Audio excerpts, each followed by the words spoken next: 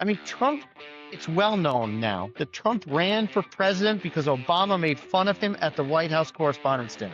That is what got him to be like, fuck you, I'm going to run and I'm going to be the president that takes the Oval Office after Obama.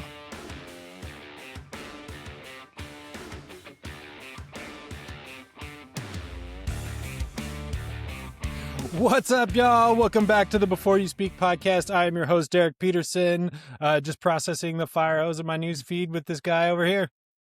What's up, everybody? I am Elwin, and the fire hose of my news feed is filled with orange-clad soccer fans doing the orange fan walk, going, Lynx!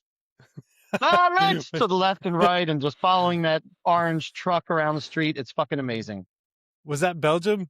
No, that's the Netherlands, man. That's where my mom's from. Well, Belgium. Isn't Belgium orange too? It's been a nice run on this podcast, man.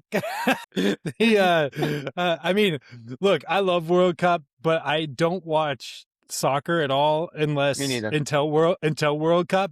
And so like I'm getting caught up on everybody at the moment. I have no idea who's good. I will say for the first time watching the US men play, that is the first time I've ever watched us and been like, oh, we are actually the better team.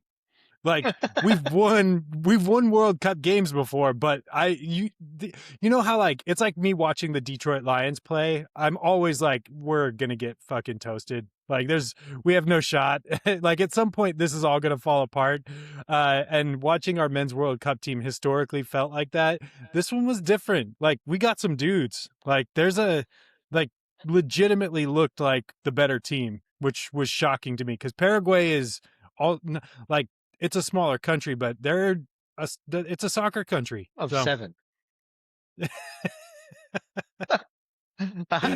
No, what I'm really enjoying about this year's World Cup is the fans traveling en masse from other countries and just like taking over streets. Or last night, a bunch of Scottish fans went to Fenway Park, and there's like 300 Scottish football fans in Fenway Park screaming Scottish football chants all through the stadium. And they play I Would Walk 500 Miles like during the commercial breaks in between innings at Fenway, and they just kept singing it while the game's going on. The clip is from the broadcast, and you absolutely hear like somebody just hit a home run. That's how loud it is with the Scottish fans just still singing that song. I love it. And the Dutch fans with their fan walk behind the bus just taking over streets. It's really, really cool. I hope we don't fuck it up. I hope somehow, if the Dutch go far in this tournament, we don't find a way to like fuck that up. I feel we will, though.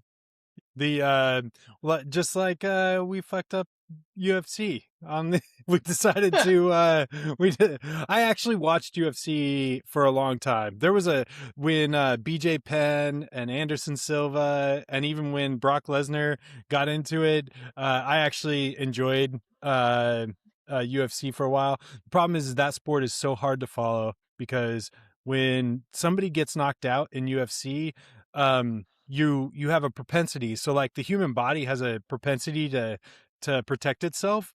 And so in boxing and any combat sport, once you've been knocked out, your body will naturally go out faster. So like it takes less to get knocked out a second and third time. And so once it happens, a lot of these guys' careers like go off the rail really quickly. So, I was a fan. It got way too hard to follow because the changeover in athletes was way too much. But I mean, dude, this White House fight was the card wasn't very good, and B, like, what are we doing? Like, this is like, I mean, I saw somebody talking about how like the Roman Empire, like prior to its fall, like was ushering in all of these Colosseum fights, and there was like thousands and thousands of animals that were like people were fighting tigers and like wild animals and things. Everybody was just distraction while your pocket's being picked by billionaires. That's essentially what it is. And it's interesting that the playbook hasn't changed since then. In the movie, there were a couple things that were interesting. I didn't watch any of it. The most sort of connection I had with it was listening to the Necessary Conversation pod where and the evolution of the MAGA mother, the MAGA mother, I guess, on that, where at the beginning she was like, I don't like this thing being built on the lawn. I don't like it. And then yesterday she's like, I don't know, yeah, I'm in, like it's cool. It's all good. And it's just like they'll buy whatever he sells type stuff. Uh, but in the movie Gladiator, there's a scene where the two senators are talking, and they're talking about the games that the Joaquin Phoenix that Commodus is putting on, and they're like, "This is just a distraction," and they're like, "Yep, that's what you do. You put out a distraction. You give them some shiny, you give the populace some shiny stuff, and hope that they forget about the Epstein files and the war in Iran and all that stuff." And I think that's what it was. I mean, it's nakedly political. UFC is nakedly political. You had the fighter on the saying, Michelle Obama's a man at the end of it. Uh, the other interesting thing though was like the amount of people who were saying, "Hey, are we going to see another assassination attempt at this thing? Is this just a setup for another assassination attempt?" Which of course we did not see, except in the news today. The FBI, Kash Patel, is saying that they're investigating that they foiled an assassination attempt at the at the fight, and it's like, guys, Really? yeah, Okay. did we? Yeah, Did we? uh, Did y'all? I don't know if I believe Kash Patel has foiled anything since he's been FBI director. he has So foiled sobriety. He has absolutely stumped sobriety. correct, meaning like anything that actually falls in line with what an FBI director should be doing, which is Yeah, insane. The whole culture around it though, because like during the last few days during the World Cup, a lot of it's on Fox, and so Fox is running all these UFC ads with Dana White and Ram trucks, and like the ad is like, we don't care what other people think about us, we do what we want to do, and we take what we need to take, and blah blah blah, like this kind of like faux masculinity. And dude, it's such horseshit, because like anybody that has to get up and shit on another person to make themselves feel better about themselves is naturally like, my instinct is just, you are a weak human being. Like you are, if you can't, if it takes making fun of somebody else, particularly a black female, for you to feel good about yourself, I mean, mentally you're a 3-year-old. So like, I just don't, the whole movement has changed a lot.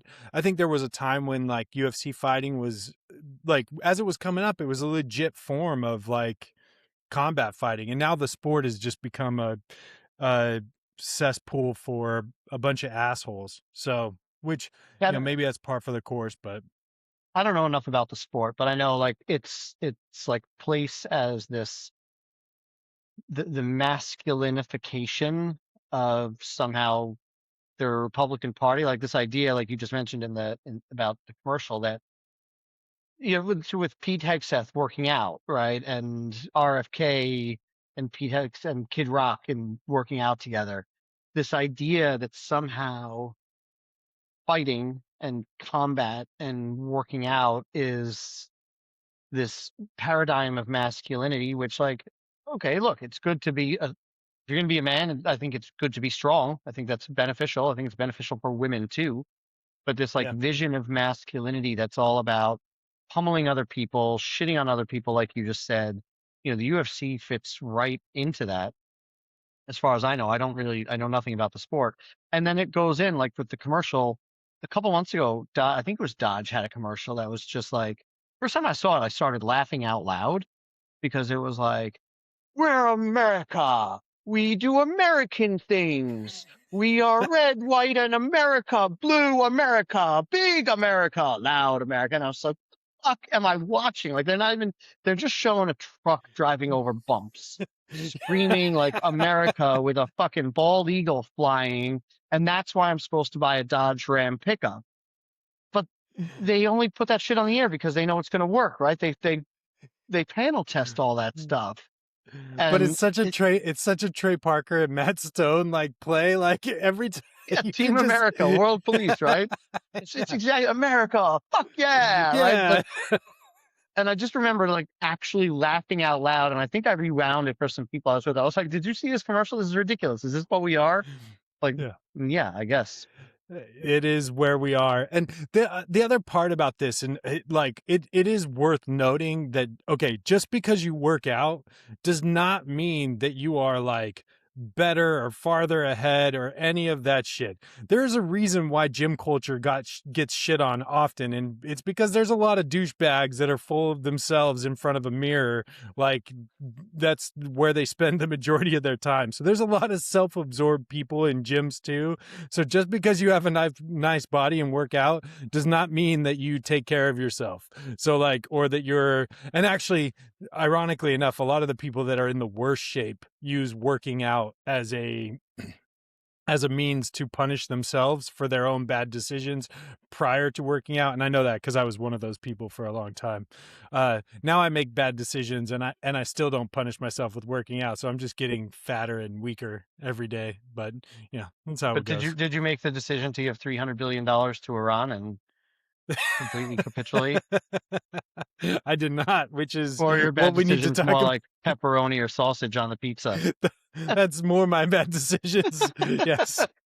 I'm a pepperoni and sausage guy, not let's throw $300 billion towards Yeah. Iran, which is, walk us through that deal, because it's worse than the JCPOA, right? Which is what the previous deal Unequivocally. was.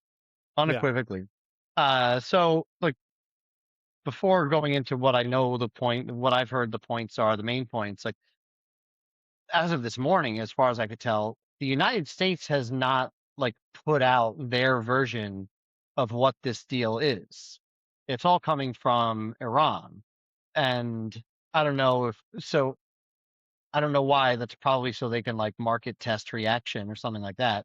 Uh, but coming from Iran, there's going to be $24 billion in Iranian money that has been frozen. That's going to be returned to them, likely in stages. I doubt it'll go all at once. 300 billion in reconstruction money going to Iran, a bunch of that from other Middle Eastern countries like the UAE and Qatar. Uh, there is going to be a lifting of sanctions. The naval blockade will be lifted on our side. The Straits of Hormuz will be opened up on Iran's side. Uh, what's going on with the Lebanon part of it, I'm not quite sure, but I'm pretty sure it says something like, "Hey, Israel, stop fighting Lebanon," and nothing at all about the enriched uranium that Iran has. And this is like This is like all this to buy a 60-day negotiating period on a 30 or 60-day negotiating period on that uranium dust. Like, what are we going to do with that? And what about a more permanent? What are the financial agreements actually? But it, first of all, the JCPOA, the deal that Obama signed, that Trump tore up in 2018, that allowed Iran to continue enriching uranium up to a certain level, up to a certain percentage of enriched uranium, which is useful for like energy generation, think nuclear power plant, but not for nuclear armaments. And there were all these sort of enforcement mechanisms built in that. There were the IAEA was going to watch it, uh, and they kept their end of the bargain. And most of the people that were involved in that deal said this does not solve every issue, but it buys time. Yeah. And it was roundly criticized because it didn't solve every issue, because all it was doing was buying time. But at the end of the day, Iran upheld their end of the deal. If you look at a graph of how much highly enriched uranium Iran has, it's flat for the entirety of that deal. And then Trump tears that up in 2018 and it just skyrockets. And all of a sudden, Iran is on their path to a nuclear weapon. And now, what Iran is saying is like, hey, we will dilute some of our highly enriched uranium back down basically to the JCPOA levels, but we want to keep enriching uranium to JCPOA levels. And we're not giving up. We're not giving up our nuclear program entirely because presumably they want it for energy. This is a country of 80 million people, and it's not completely impoverished. They have big cities there. Yeah. So that's not an unreasonable ask on their part. Uh, so it's hard to see the outlines of this deal as anything other than just like a massive, massive, massive capitulation. Like what a mistake this Iran war was. Because if you think about it, or that Trump has been with Iran, but let's talk about just the war. Uh, Straits of Hormuz were open, no issue, right? The enriched uranium was buried under rubble from the strikes last year. Okay, still buried under rubble under strikes last year. Sanctions were in place, good. Sanctions were in place, and the regime was in place. Well, the regime is basically still in place, and everything else is now more favorable to Iran. They're going to get more money, and they're totally going to keep tolls in place in the Straits of Hormuz. They're just going to call them like environmental maintenance fees the ship has to pay to get through. So we got literally nothing, and Yeah. Iran got a whole bunch of money for the same regime that we said we were trying to get out. And you can tell this is a bad deal because like the people on the right, the Mark Levins, are like low key freaking out. And from what I've heard, the people in Israel are very, very high key freaking out. They are furious. And in the course of all this, there's a real rift between Trump and Netanyahu now because Netanyahu, he keeps bombing Beirut. And Trump and Iran then says, cool, we're going to fucking bomb you. And so Trump is like, stop bombing Beirut. And Netanyahu's like, fuck you. And Trump is like, you're a fucking idiot. Like literally Trump has called Netanyahu a fucking dick on the phone by multiple Yeah. accounts, a couple times now. Israel, Netanyahu needs to keep fighting. They need to finish this, right? They need regime change. Hamas is still in power in Gaza, whatever's left of Gaza. Hamas is still in power. If they've gone through all this and they still have Hezbollah in Lebanon and they still have the regime in Iran, Netanyahu's toast. What did he drag that country through 2 years for? Right? Yeah. So, Not this just the is country, the world. the Like world. the I heard people on Pod Save America today talking about how the oil reserves across the world are getting increasingly lower and lower, which is why there's this press for this. But I still have a hard time. So all of this was spelled out in Project 2025. A lot of like what was going to happen, and I didn't read Project 2025 in full, so I don't know if starting a war was part of Project 2025, but I keep feeling like this administration is a step ahead of us as far as their intentions are going. Like, I don't think that how they planned all of this stuff to pan out is actually happening the way they want it to. I think this war is bad for them. I think that they thought it would not be as bad as it is, but I still feel like we're missing something. I still feel like the Trump family is getting something out of this that we're not paying attention to. It obviously curbed the Epstein files for a while. It curbed a bunch of the other stuff that's going on that they're going to get criticized for. He was able to sue the IRS while all this shit was going on and basically get a pass for his kids and for the future, as far as like them not being audited, being able to be audited. There's just so much stuff going on that I'm like, man, the the idiocity or however you would say that, how Idiocracy. idiocracy of all of this is crazy. But if you view it through the lens of just selfish assholes, you're like, yeah, they're playing their cards to benefit themselves. So like part of me is like this Iran deal. I'm like, okay, what did the Trump family get? They have like some Yeah. deal with their government. They're probably getting property, like luxury property somewhere in Iran. They're probably getting they're getting some kind of side deal on to push all this through at some point anyway that benefits them. And then he'll move on to Cuba or whatever other country he wants to blow up and try to and get more luxury property, turn Cuba into the next Palestine, whatever whatever their plan to do is there. It's driving me crazy. So, Yeah, I don't think we're missing anything on this one though. I really don't. I think it's naked. It's really obvious that the Trumps are going to gain personally from all this. I think everybody kind of looks at it and is like, yeah, of course, 300 billion in reconstruction, it, Trump excavating and Trump concrete and Trump rebar and Trump steel and what even if it's not, Jared Kushner's already managing the money for everybody, all the emirs in Qatar and the UAE. He's managing all that money already, so he'll get rich through that. I feel like most people are kind of like, yeah, no, this is completely some way to grift. I think the thing that surprised Trump and the right is, I think the thing that surprised Trump is that it didn't go the way he wanted it to right away. Yeah. And then he got bored. And I think the fact that he got bored is what surprised the right. Like, I think people continue to make this mistake with Trump to think that he cares about any principle long enough to stay with it beyond how it benefits him or his mood or what he's interested in. And he's never been that way, and he's not that way now. So sure, he was all in when things were going boom all over Iran, and he could get on and say we decimated everything, blah blah. But now it's gone on too long, and it's dribs and drabs, and the press is really really bad. And he's just like, I mean, he said, I'm not interested. I'm not really Yeah. interested in it anymore. And I think that surprised people on the right, and I think that surprised people in Israel.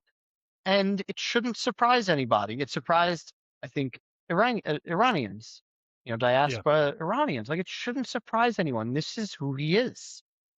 Yep. Yeah, it is who he is, and it's funny to me because like you see it. I mean, you see it in any industry. And I see it in my industry all the time. It's like when you see real estate agents where they're clearly out for their own best interest rather than the best interest of their clients. Pushing things through, getting like side deals, whatever the shit is, and this reeks of all of it, and it drives me crazy. But I'm also like getting to the point where I'm like, yeah, I have some fatigue around corruption. I'm like, yeah, is it just all corruption? Like now when people talk about Graham Plattner or anything else, I just want to tell them to fuck off because I'm like, yeah, I do not care. I don't care at all because like if you're trying to tell me Graham Plattner is a piece of crap, and you at all support anybody in the White House at the moment, yeah, like you hold like zero. Your comments mean absolutely nothing to me, Yeah, like get the zero. fuck out of here with it. Just Yeah, get the fuck out of here with it. none.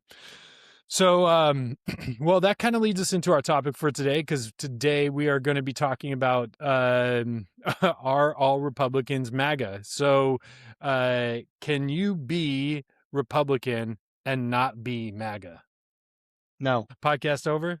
Hang I it up? guess it was. Yeah. Is there a soccer game on? Yeah, I'm No, sure there is. uh, so, I mean, yeah, I guess in a way, but not really. Not if you're still voting for all this. Yep. He's been in power since 2016, since at least that time, certainly since 2018. It's been what he has dominated. He's been the sole gravitational pull of everything in the Republican Party. Primary challenges, people retiring, everything goes through what Trump feels, what Trump is saying, who he's supporting. And if you're still voting for that, then not sorry, you're MAGA. Like, Yeah. if you voted for Thomas Massey, if you voted against Thomas Massey in Kentucky, you are MAGA, like 100%. You are no longer a Republican at all. So the question is not, can you be MAGA and be a Republican? The question is, can you be like an old school Republican like you and I grew up with and not be MAGA? And I'm not sure you can. Not if you're still voting for it, because at the end of the day, if you pulled the lever for someone, showing my age there with lever pulling, if you pulled the lever for someone, uh, you own what that person does until you disavow it, until you disown it. And there's just not enough disowning of it going on. There's a whole lot of I don't like it, I don't like it, I don't like it. Well, it can't be a surprise anymore, right? The only thing that's different between 2026 and 18 at midterm of a Trump term, let's say, is we know all this shit. We shouldn't be surprised by any of this shit, and it's more unhinged. So yeah, like Republican voters, let's say, who are like, well, I don't support this stuff. Well, you voted for it, right? Like, are you surprised by it? If you are, you're an idiot, and if you're not, then you voted for it, and yeah, you're MAGA.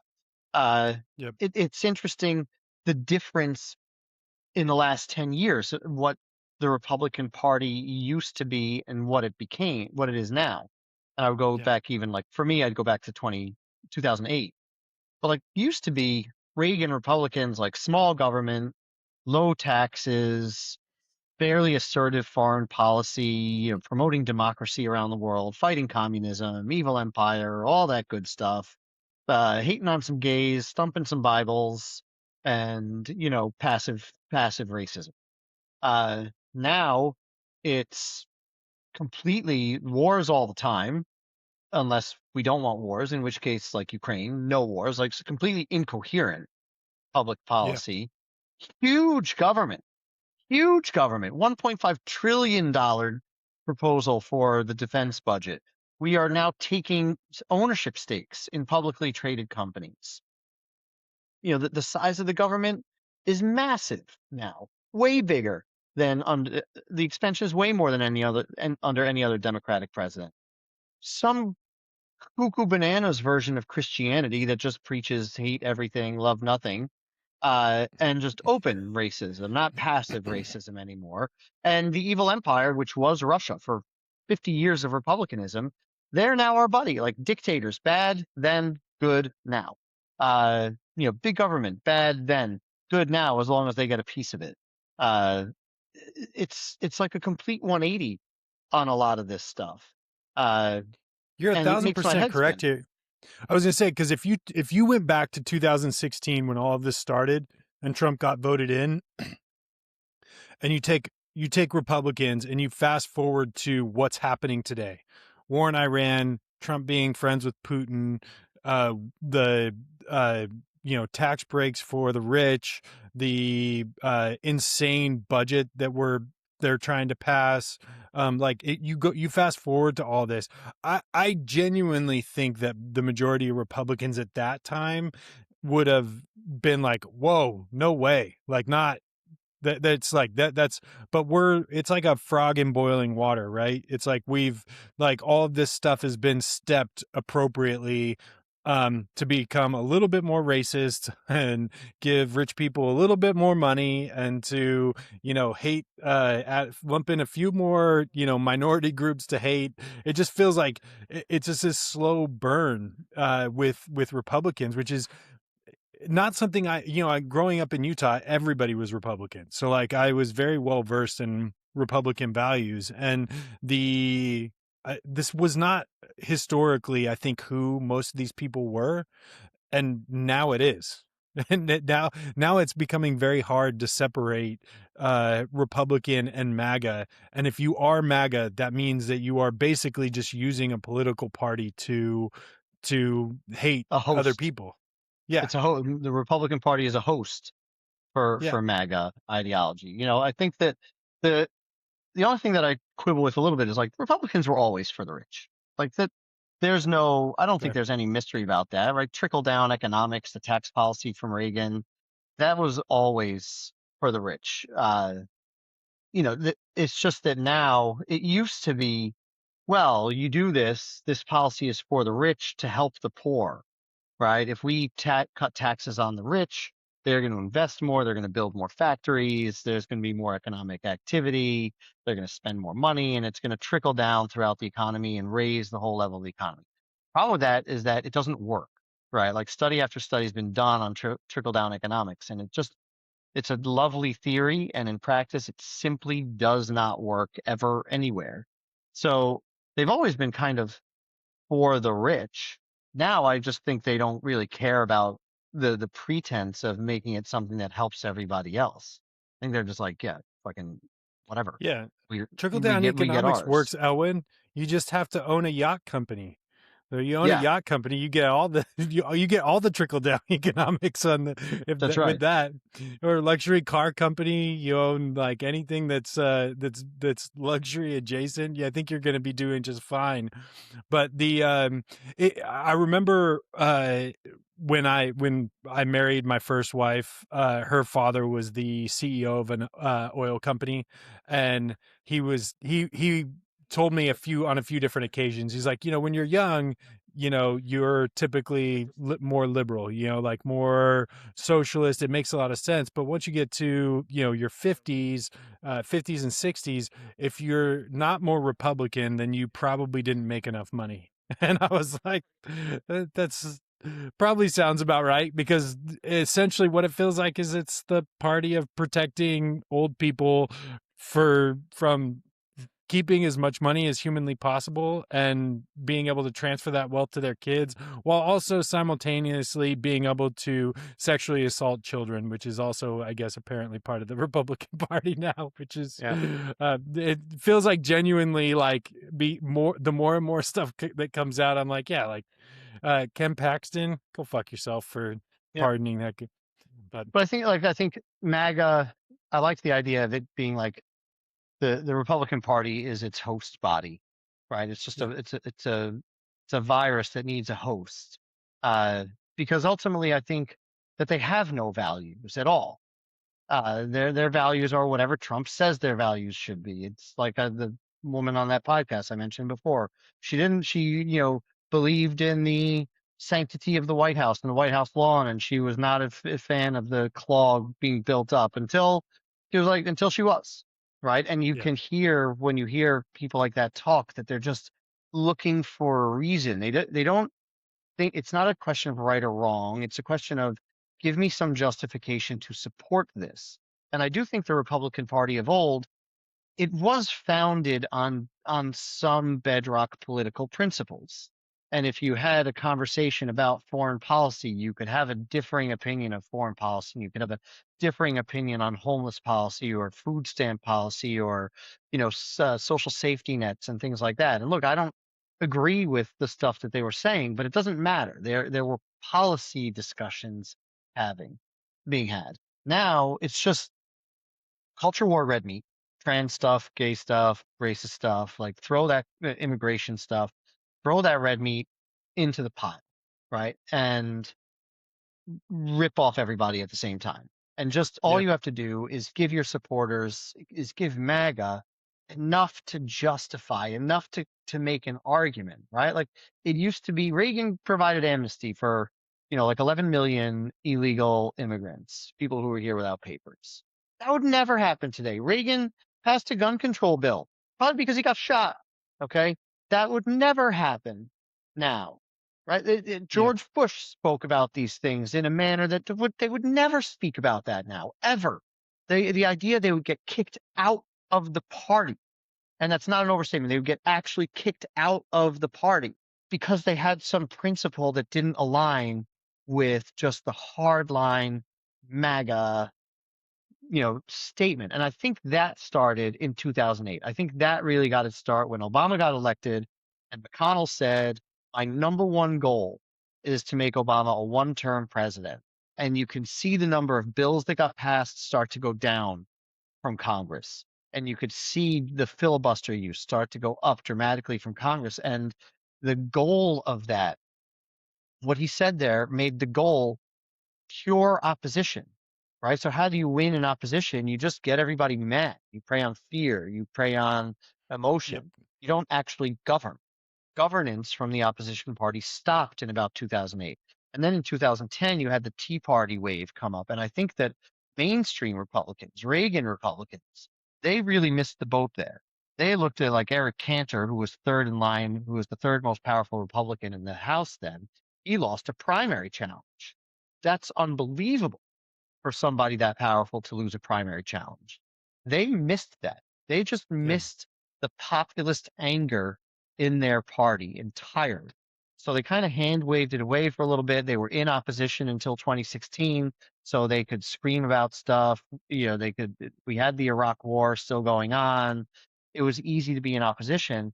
But then when they tried to put all the people who were the same as Eric Cantor up in 2016, the Jeb Bushes of the world, the same people who voted Eric Cantor out were like, bro, you didn't understand us the first time. We don't want that shit. We want we want to blow the whole thing up. And Trump is sitting here saying he's going to blow the whole thing up. And that's what we want. We don't care what the collateral damage is at all. yeah, And Trump saw that. and Yep. the mainstream Republicans didn't. And that's why you have J.D. Vance and Lindsey Graham and all these guys on record. Lindsey Graham was like, "If we elect Trump, we're going to get destroyed, and we're going to deserve it." Was his statement in 2016. Uh, Now he's just a bootlicker. Yep. Yeah, so I mean, we went from like Republicans basically believing in free markets, free trade, lower taxes, strong military, uh, international alliances, immigration reform. I've always been against it, and more social conservatism to America first, immigration restrictions, economic nationalism, skepticism of global institutions in general, trade protections and tariffs, cultural populism, and the distrust, basically the just attack and distrust of media. And so that shift basically, like, what initiated that? What got us? What started MAGA? I mean, Trump. I mean, it was his slogan, right? America, make America great again. I think it has to be that. And then But do you think with it? I guess I wanted to go a little bit back further, and I want to like I want to hear you like riff on this for a second, because I think there was a lot going on. You've been kind of inching towards it thus far, but like we had our first black president in Barack Obama, and then we see. I mean, to be honest, for me, that was I was living. I was not in Texas during that time for the majority of it. Towards the tail end, I was in California, and to some degree, there was this essence of kind of unity around it, and probably because of where I was living more than anything else, maybe a little bit isolated from red states and what was actually going on. And then, early 2010s, Citizens United gets passed, and 2016 we have the angriest, most disruptive president in history gets elected. Yeah, I think the so if I were going to go back, take your what I think your bait might be for a second, you know, the yeah, even in the campaign of Obama's campaign against McCain, against John McCain, it's a really interesting starting point to discuss this because very famously you had John McCain at a rally in like September, October of that year, and someone asked him a question about Obama, and they're and they're like shitting on him. They don't want to say he's an Arab, and he's like, McCain says, "No, I know Obama. He and I disagree on policy issues, but I believe he's a good man. I believe he's a family man. I believe he loves this country." And the crowd were just not having it. They were like, "No, he's an Arab. He's an Arab," and the crowd like almost shouting down McCain with that. And it's no it's not a coincidence. You had Sarah Palin running with McCain, who's on the stump screaming about real America. Real Americans know that Obama's a Muslim in hiding, real America. And you start to create this divide of uh, real America versus everybody else. And that was set already. That mold was in the oven when Obama actually got elected in November 2008. Right. And then you had, yeah, this unifying sense amongst the people who voted for Obama. I don't think there was any unifying sense if you voted for McCain. Right. And Yeah. top that off with, a dash of good old fashioned racism, like Frank's hot sauce racism version. Uh, and you have this very, very us versus them mentality beginning. And I'm sure this is all reductive. I'm sure it was present on the Democrat side when Bush was president, but I don't remember feeling it when Kerry ran in 2004. I remember that being all about the Iraq War primarily. So, we had my in-laws are Trump fans. They're MAGA through and through and always have been. And I remember in 2008, must have been around the holidays, like they were talking about the election and they said that they saw somebody on TV after the election, a black woman. They were like, and she was saying, we won. And they were offended by the use of the word we there in that sentence. Like, what's we? I don't think we won. right? We didn't. What did we win? Your guy won.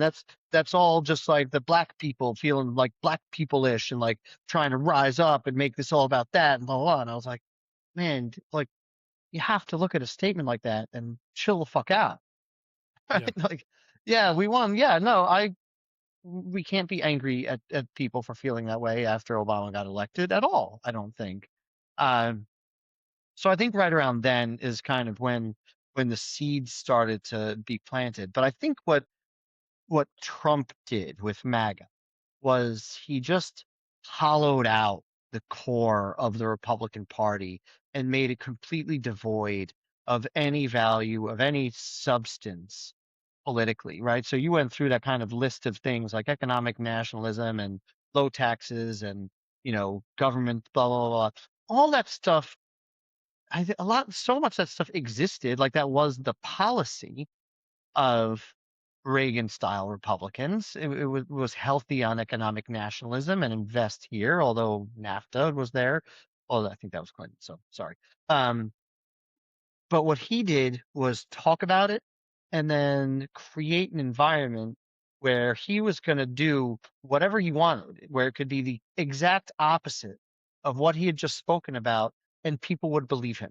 And people wouldn't care that it was a total 180 on the values that they used to hold in their political outlook.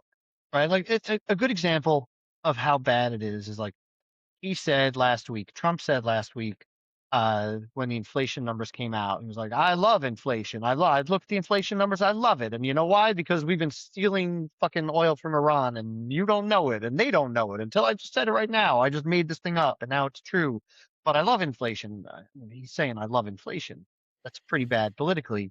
Yeah. So he goes on Fox the next day and he's like, no, that's not what they took this all out of context. They took this all out of context. That's not what I love that the numbers weren't higher than everybody thought they were going to be, even though we're at war. Like that's a win that they weren't worse. And all of a sudden everyone's like, oh, great. It's a win that it wasn't worse. And like, there's no core value to hold the feet to the fire on the very basic principle that inflation is bad. Like, no, bro, why'd you say it?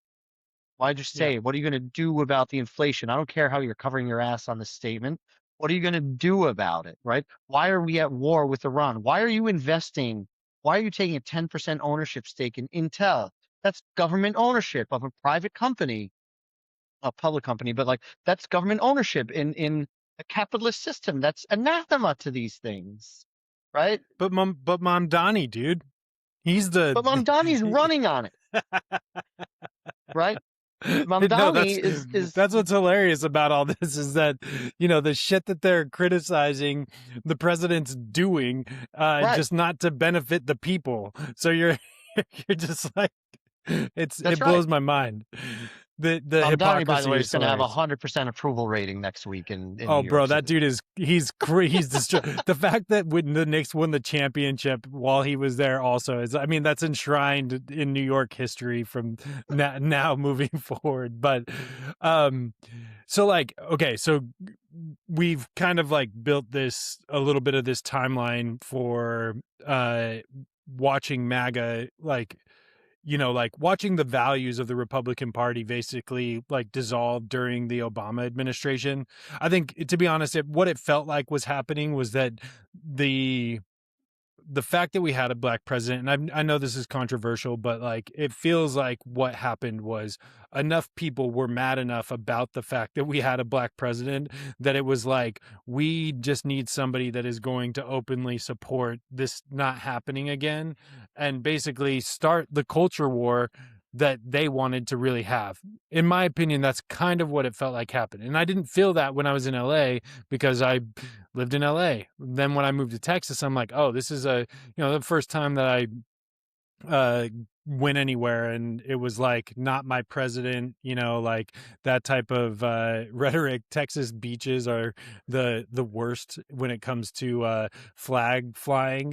If you ever want to just stroll down a beach I'll and pick up trucks with fucking 32 flags flying from them. 32 flags that you're just like, all right, there's a collection of which is why when we go to the beach we bring all of our pride flags, even though none of us are actually none of us are actually gay or lesbian or trans. We still we just like to poke the bear a little bit, but But like, okay. I don't think that's controversial, what you just said. I know, I think it's just that people who feel that way don't want to admit that they feel that way. But if you just look at the arc of history, it's completely obvious. We Yeah, elected a black president, and this country's backlash, the pendulum swung so hard against diversity and equality and respect for others. How can it possibly be anything else? Right? You have yeah, to really come up through some mental gymnastics. What about Obama's economic policy was so horrifying to Republicans? I have no idea. I don't even know what his economic policy was, right? What about health care is free, yeah, so good healthcare, like healthcare that's which was affordable a for everybody. which was a Mitt Romney Massachusetts plan. It was a that plan was written Obamacare was originally written by the Heritage Foundation for Massachusetts. It's a Republican plan, right? The So what was so horrible about that? What was so horrible about gay marriage, in the Supreme Court? Nothing. It was that there was a black guy in charge doing it and that they had to look at him and they had to watch him. Look, I think Obama could have been better on a lot of things, but I also think that he was a good president. And I think that he cared deeply for people. I think Yeah, that he had a deep, deep, deep sense of empathy, and I think that they had to look at him speak well and carefully and care for people, but also do it maybe in a black church after the Ebenezer church shooting. In a go to Atlanta and speak eloquently in that environment, and I think it just fucking fried brains all around this country, and yeah, they have not recovered because while their brains were frying, everybody like you and I saw their brains frying and like, bro, your brains are frying right now. Are you good? And they're like, yeah. yeah, we're fucking fine. Don't tell me my brain is frying. I'm doing fine. I'm like, no, I see it. I smell it. Your brain is frying.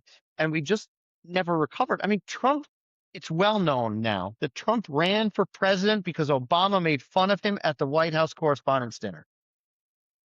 That is what got him to be like, fuck you, I'm going to run and I'm going to be the president that takes the Oval Office after Obama.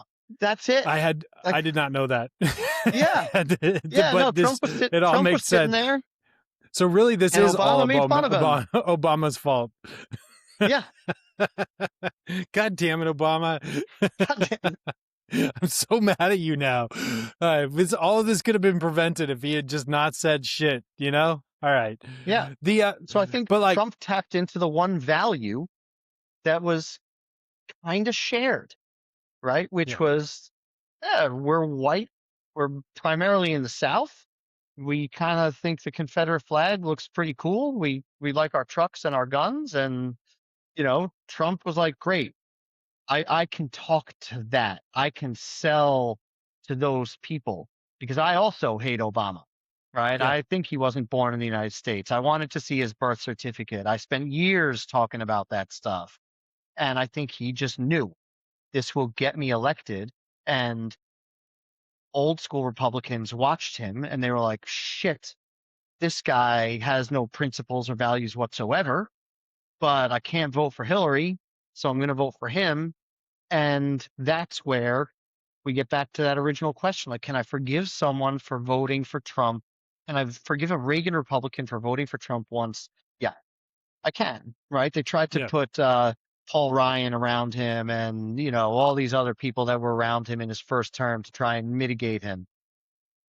But when you get to 2020 and 2024, can I, you know, can I give any Republican the out of saying, well, I'm not really MAGA if you voted for him in either 2020 or 2024?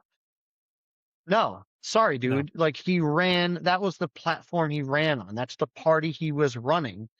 You just can't bring yourself to make the split, Yeah. but don't Yeah. don't don't cop out on it. Agreed. Yeah, the Republican Party of old that believed in less taxes, pro business, pro military, like that was there were policies and things that I aligned with that party. Like there were things that I was like, yeah, there was moments in time that I believed that when there was a need to be met, you allowed the private sector to do it, and getting big government involved was not the solution. Having a government program for everything wasn't the path forward. I idealistically believe that, and then that's just shifted so much. It's non-existent. The party that That's what I was gonna before, say. yeah, it just there's like it's not there, and like the path forward at this point is just seems so hard to find a way to get to a place where we're actually discussing and debating policy, because what it feels like is happening now is it's just a he said she said of the worst shit.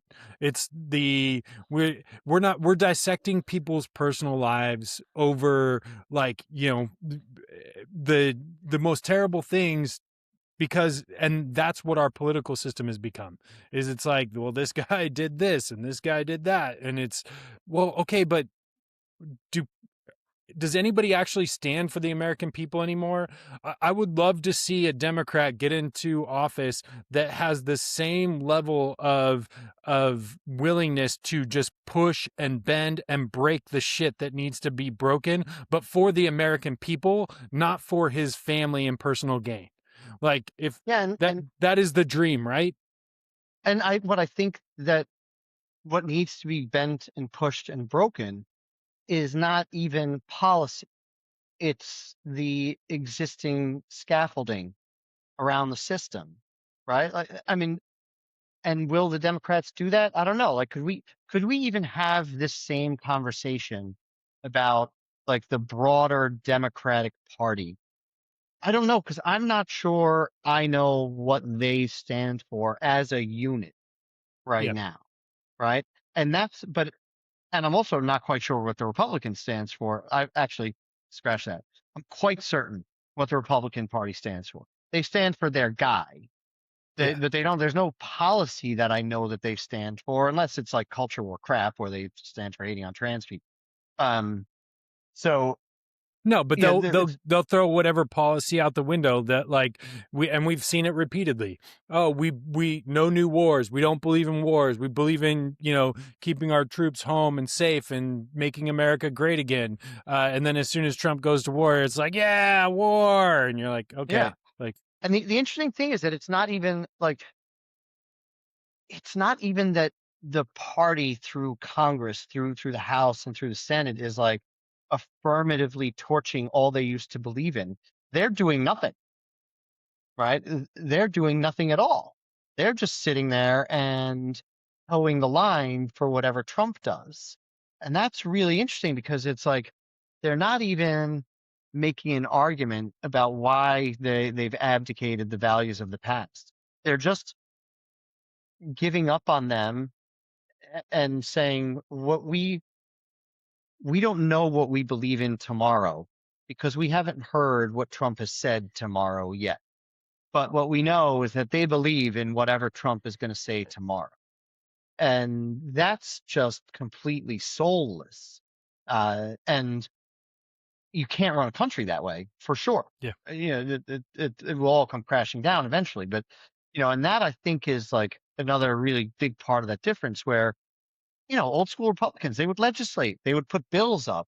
Like, when was the last time Congress passed a bill that you and I can remember that they didn't have to pass because otherwise the government was going to shut down? I can't remember, aside from like fucking naming post offices, the last meaningful bill or any meaningful bill in Trump's second presidency that they passed. Biden, look, love Biden or hate him, he passed major bills on a bipartisan basis.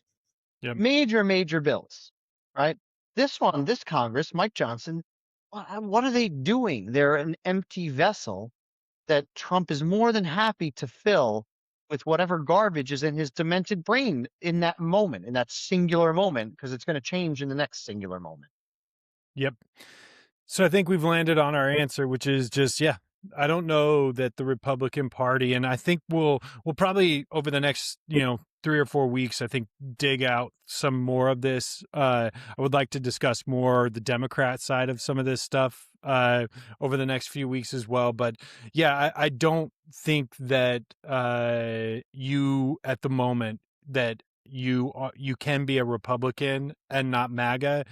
Um, Unless you've completely detached yourself from this and have just decided you are not participating and you're not voting anymore, which in large part I think may end up happening in a lot of red states. With I think that's their protest, is that it's most of those people will never vote for a Democrat, but the one thing that they will do is just not vote at all. So like there Yeah. is I think that's going to end up being the play, but we'll get more But into that. you Oh, go. cannot vote for MAGA and then say and then try to disown it. You vote it, you own it, right? Yeah. And until you disown it, I don't want to Yeah. hear it. Yeah, I will fully listen if you can intellectually come back at me and be like, yeah, I disagree with all of this. Like this is not what I voted for. Like, I believe that he was going to change the economy. I believe that he wasn't going to go to war. I believe that he was going to do the stuff he said he was going to do, and now I'm out. I can get behind that. But if you are still at all entangled in all of this, like, yeah, you're not a Republican, you're MAGA. And let's just call it what it is. So, who we telling to shut the fuck up today, Owen? So I think we're gonna go with it's either Wembanyama or Spurs fans, one or the other. I think I'm gonna go with Spurs fans, even though I know a couple, because what a disgraceful showing by them. Like your Bro, are team you? is I do. Okay. Well, I'm going to hear you're you a out on Spurs. this, but Yeah, no, I I may forgot have a I rebuttal on forgot you're a this. Spurs fan, and I'm gonna tell you this is gonna be fun. Okay, your team is in the goddamn NBA Finals, and the building is 30% the other team's fans in games 1 and 2, and it's so bad for games 5 that game 5 the Ticketmaster has to stop selling tickets out to people outside of a 150-mile radius, because otherwise it's going to be basically a home game for the Knicks. Get the fuck out of here. Like, you show up to support your team. And I know the argument, it's so expensive. Yeah. You know what else is expensive? Fucking flying to San Antonio and being in a hotel for a couple days and renting a car and eating out for a couple days. Still really expensive. Okay. Mm-hmm. Just, I don't understand the Spurs fan base watching this whole thing. And I'm glad that I watched game 4, of course, like most people, and I was like, woke up the next day, I was like, oh, I'm a dick, because I feel like Spurs fans needed that. They needed the heart ripped out of your chest loss, the one that history talks about when there's top 5 lists.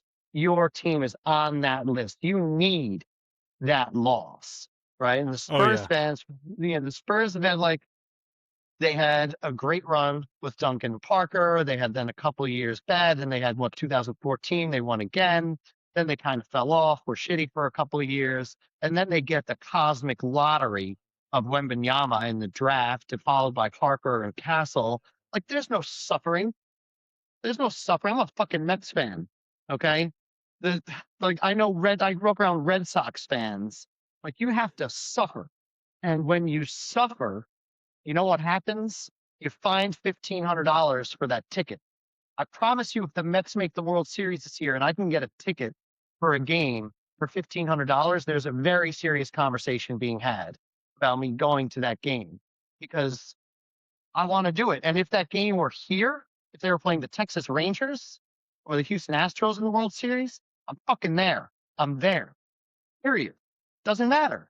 Right. And that's how the Spurs fans have to be. And they're not. And it's just a disgrace. So shut the fuck up for like 8 years. See, I'm gonna go completely the opposite way because if I was a Spurs fan, the biggest fuck you to New York is you buying my seat for enough money for a down payment on a house in San Antonio. I'm like, yeah, and then I'll just watch it at home. But thank you, Timothy Chalamet, for paying more than anyone else in San Antonio can afford for my ticket and Yeah, buying me but a new but car. it's not Chalamet's seat. It's the upper deck seat. It's the seat, 50 Fair. yards from the floor in that fucking cavern of a stadium. It's not like the front row seats, whatever. Like that's a different conversation. This is the rank and file. This is the Spurs season ticket holders who are Yeah. putting that shit up on StubHub Oh yeah, instead of for going to sure. the game. Yeah. Right? Like, Those are yeah, the seats that, because those are the seats that you can only get if you are the season ticket holder that you're then turning around and selling. But look, I am not a diehard Spurs fan. I root for the Spurs when my team sucks, which my team has never won a championship and probably never will. I'm a Clippers fan, so that's gonna yeah, okay. it's rough sledding for me. So I have to vicariously live through other fans. But what I will say is that yes, the NBA has a way of the draft lottery typically working out in the favor of teams that it tends to like more than others. But B, the NBA draft is a roll of the dice. There's a lot of first round picks and a number one overall picks that do not pan out. And if you actually go through the draft, if you went back 10 years and read the names of the top 10 picks of each one of those drafts, probably 80% of them, you will have no idea who the fuck they are. I'm So planting drafting my is flag not. that I'm planting my flag on Wembanyama being on that list. Yeah. Because he's a corollary. Shut the fuck up. What a disaster. What a disaster his series was. And I know he averaged like 26 points, but like, bro, he's trying to take guys out. He's trying to take out knees. He's getting flagrant fouls. He had three of the biggest shots of his life and he missed every single one of them. Yeah. Like the, and he was a dick about it. And just a dick about it afterwards. I don't care So that he's 22, any of that stuff. Like Wembanyama, man. Woo. this is what he's going to become, the most hated player in the NBA for years to come after this. But I think in general, there's a few things about the NBA that historically are true that I think if you don't watch the NBA, you may not know, which is one, playoff experience is a necessity to win a championship because the NBA playoffs are called completely different than the regular season, and you get the shit kicked out of you. Like they don't call the same foul. Like it's like almost two different sports in general. So I think Wembanyama in that first series, those first two series that they played, he was getting beat up so bad that he started finally firing back. But this team is so young, and I mean, you're not wrong. Like they're young and inexperienced and they made it really far. So they go one of two directions. This becomes a team with Harper, Castle, and Wemby that is like a dominant, like mainstay, or like it ends up, the wheels just come off and it ends up being a shit show. But In the we'll, last we'll in the see. last 8 years, teams that have gotten to the NBA finals and lost, only one of them has made it back to the finals in that Yeah. up through today. So it's like, yep, experience matters, but at the same time, making the finals is really hard. And yeah, they're young and I get it. I get all that. But like Wembanyama lost his shit in this series. Oh, he did. He lost his cool in a bad way. Like there was a clip of him taking a run at Karl Anthony Towns' knee, which I haven't heard anybody talk about. It makes me wonder if it was like AI. It looked real to me. I gotta like look at this, where he is just straight going for the knee. And it's No, like, there was some ugly stuff that happened, but if you watched some of those early series playoff games, he had some really ugly shit happening to him. Like dudes just, I mean, there was during that Thunder series and the Minnesota series, dude, they were just like straight up like pushing him in the, like they didn't even care if it was a foul, and half of them were still not getting called, but they were just basically beating the shit out of him. So like we'll see. I am curious how this bounces back. If I had to guess, Oklahoma City comes out of the the West again next year, and then so it's probably going to be a few years before Wimby makes it back. But that Dylan Harper and Stefan Castle look like the Oh, real they were deal. great. So we'll I thought they see. were great. Yeah, that's a young team that's going to be fun to watch. So, well, dude, on to next week where we'll kind of continue this series. We'll find out are all liberals supportive of trans athletes playing in sports? Can you be a liberal and not be supportive of a male trans athlete that's become a female playing in women's sports? I guess that's our question for next week. Maybe not. We'll see. Well, I mean, we'll get there. We'll get there. Yeah. All right. See y'all next week.